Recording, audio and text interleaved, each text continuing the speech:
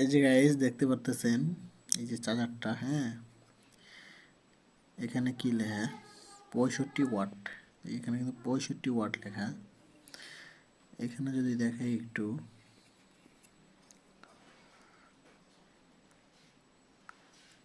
5 watt 3 ampere.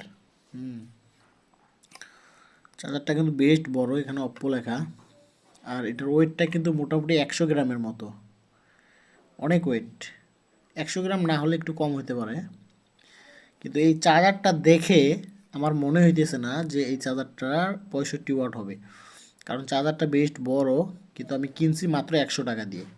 100 টাকায় তো 65 watt charger কখনো দেওয়া পসিবল না। তা চার্জারটা আনার 1 সপ্তাহ পরেই চার্জারটা নষ্ট হয়ে যায়, হ্যাঁ। তা আমি এটারে অনেক কষ্ট করে আর কি খুলছি, আর দেখাই। আটাটা খুলছি, যে দিক দিয়ে খুলছি, এটার ভিতরে কি আমি তাই আপনাদের দেখাবো, হ্যাঁ। এই যে দেখেন, দেখছেন, এই দেখেন 2টা ক্যাপাসিটার মাত্র। আর এই যে একটা হইতেছে অ্যাডাপ্টার, মনে হয় এটা অ্যাডাপ্টার না, ট্রান্সফরমার। আর এটা হইতেছে, যাই হোক, মাত্র এই 3টা না 4টা আইসি দিয়ে এটা করছে। এটা মনে হয় বাস্তবে 5 ওয়াটও হবে না, আর ওইখানে লেখছে 65 ওয়াট, দেখছেন। আর ভিতরে যদি দেখাই, আপনি ভিতরে যদি দেখেন, দেখছেন ভিতরে কি দিছে।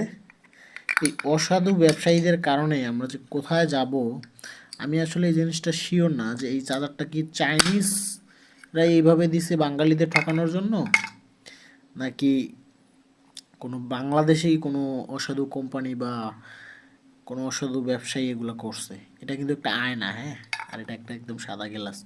এগুলোতে ওয়েট বাড়াইছে, আর আমরা তো বাঙালিরা একটু চালাক বেশি, মনে মনে ভাবি যে মনে ওয়েট বেশি চার্জার ভালো হবে। এই যে ভিতরে একটা টেপ দিয়ে লাগাই দিছে আর কি, ফোম টেপ দিয়ে লাগাই দিছে। ওই যে একটা ফোম টেপ লাগানো দেখতে পারতেছেন। এই ধরনের চার্জার কেনা থেকে একদম বিরত থাকবেন, কারণ এগুলা আমরা সহজে সস্তা খুঁজতে গিয়ে মাঝে মধ্যে মনে করেন যে এমনভাবে ঠকি, মনে করেন যা বোঝানোর মতো না।